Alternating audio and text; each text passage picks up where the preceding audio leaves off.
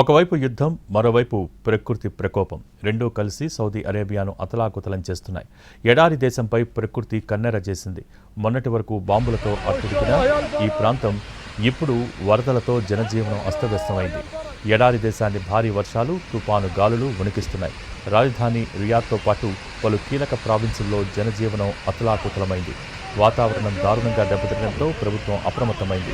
విద్యార్థుల భద్రతను దృష్టిలో ఉంచుకుని స్కూళ్లు, కాలేజీలకు సెలవులు ప్రకటించడమే కాకుండా అత్యవసర సేవల విభాగాలను హై అలర్ట్లో ఉంచింది. సౌదీ అరేబియాలోని పలు ప్రాంతాల్లో వాతావరణం ఒక్కసారిగా మారిపోయింది. భారీ వర్షాలు, ఉరుములు, మెరుపులతో కూడిన తుపానుల కారణంగా ప్రభుత్వం కీలక నిర్ణయం తీసుకుంది.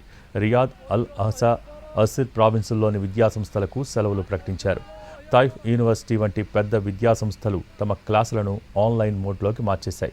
King Saud bin Abdul Aziz health sciences university కూడా తన అల్ అహసా బ్రాంచ్కు సెలవిచ్చింది. వాతావరణం కుదుటపడే వరకు విద్యార్థులు ఇళ్లకే పరిమితం కావాలని అధికారులు ఆదేశించారు.